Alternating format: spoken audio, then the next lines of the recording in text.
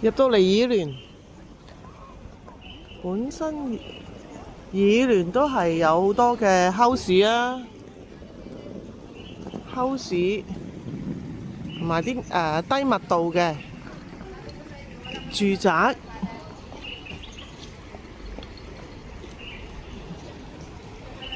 同埋啲係高座嘅高密度住宅。咁我哋而家就嚟睇6座，又行過去最高嗰座就係啦。好，咁我哋而家行過去睇先，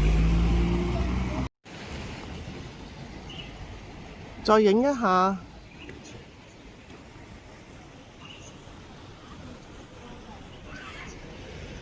環境都好好啊，呢啲 house 唔錯。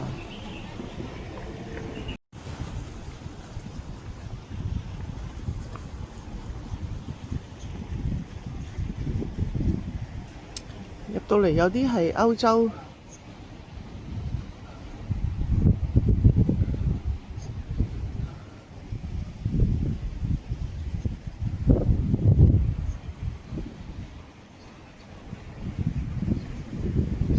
有啲歐洲 feel 啊。不過啲屋呢，好似呢啲 house 呢，都係排屋嚟嘅。其實呢，同隔離好鬼近㗎嚇，隨時借鹽借糖都差唔多嘅啫。呢度係 D 區啊，我哋頭先行過係 B 區，咁佢分咗好多個區域啦。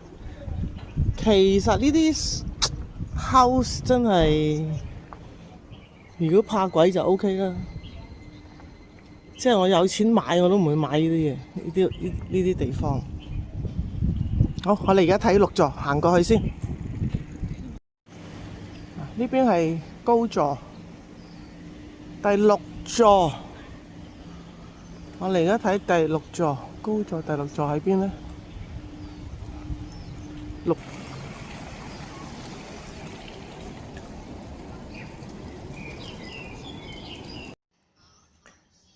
上到嚟呢個樓層啦，咁我哋而家睇 A 嘅單位，咁就開門入去啦。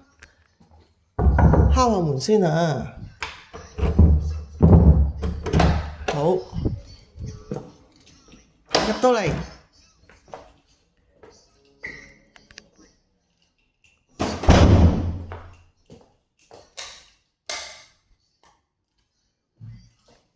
都係 cut 咗電㗎啦，應該。好，咁我哋唔緊要，趁住有日光，我哋就睇下。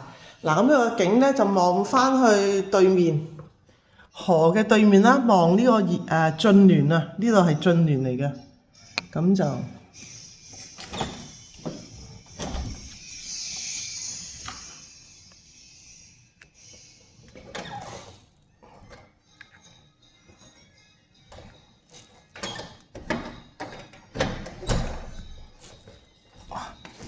黐住咗呢度，你黐死咗嘅。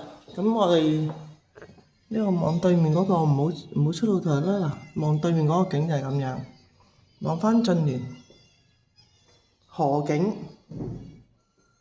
咁呢就係兩廳啦，唔係。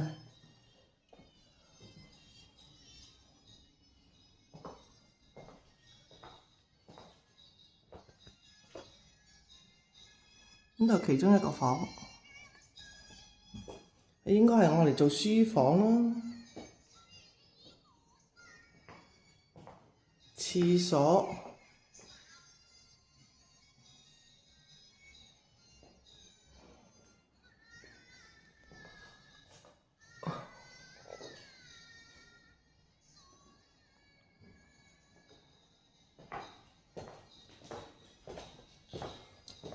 廚房都係好大嘅，就係3面工作台都係，咁有窗嘅廚房啦，煤氣，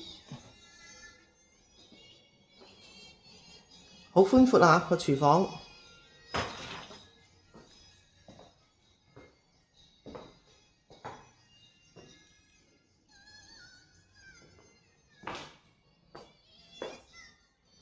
呢個應該係工人房啦。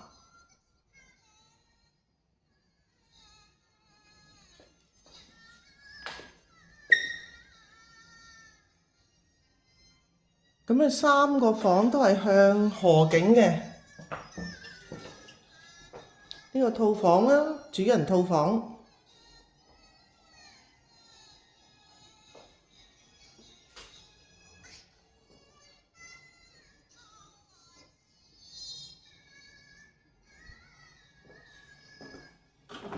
有啲耿家私留低。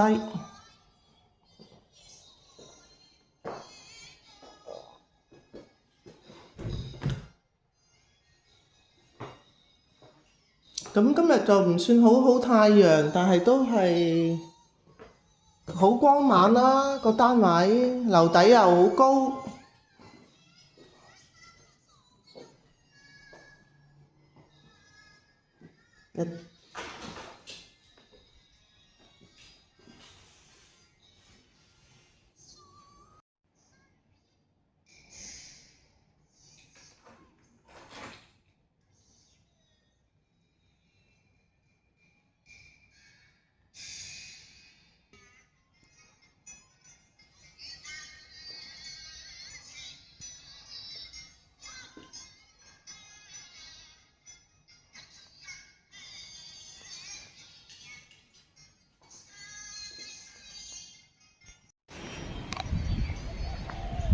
睇完樓咧就返出嚟，咁呢度係正式就入口啦，正式議聯，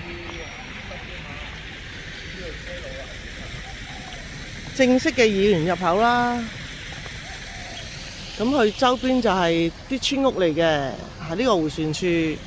咁佢就係可以有一個van 仔咧，就喺錦上路搭過嚟嘅專線 van，就係嚟到議聯落嘅呢個總站就係呢個啦，呢個總站。咁佢周邊咧食肆都好多嘅，因為其實佢呢個都係好近錦田嗰個村屋群啊。咁你行呢邊咧，睇下錦田嘅村屋群。最近就發展一個新嘅飲食嘅地方啦，就係近議聯呢邊嘅。我諗都係因為佢係有好大量嘅議聯嘅客啦，即係呢啲高檔嘅客啊。咁所以呢一個村屋群咧都發展咗飲食嘅。好，咁除咗話專線 van 咧，咁咪可以行返出去錦田公路嗰度咧，就搭其他嘅專線 van 返去元朗啦，可以去元朗啦，又可以去錦上路嘅地鐵站嘅。呢個咧就係餐廳咯，佢都係做呢一帶啲客噶啦。Green Ocean 啊，係食西餐嘅。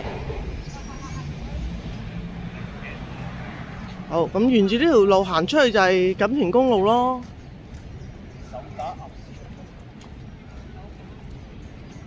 而家呢度附近都係發展咗好多餐廳。嗱，呢度有一間茶餐廳啦，都樂餐廳咁樣。咁呢度又有另外一間係食泰菜噶啦。呢間食泰菜啦。咁如果你話唔行出嚟屋苑裏邊呢度，佢都係有一個商場嘅，有 marketplace 咁樣，其他嘢同埋餐廳都係有嘅，都可以唔行過嚟。不過其實一條馬路啫嘛，行唔行出嚟都唔係咁爭得咁遠。好，呢度沿路都係有餐廳。就係啦，我哋喺頭先嗰度行出嚟啦。呢一個原來呢就叫做天空城美食街嘅。咁當然啦，好多嘢食，同埋其實佢人都多嘅，所以交通都係方便呢度。呢個好明顯，呢個食泰菜㗎嚇。呢度夜晚好旺啊，經過嘅話都知道㗎啦。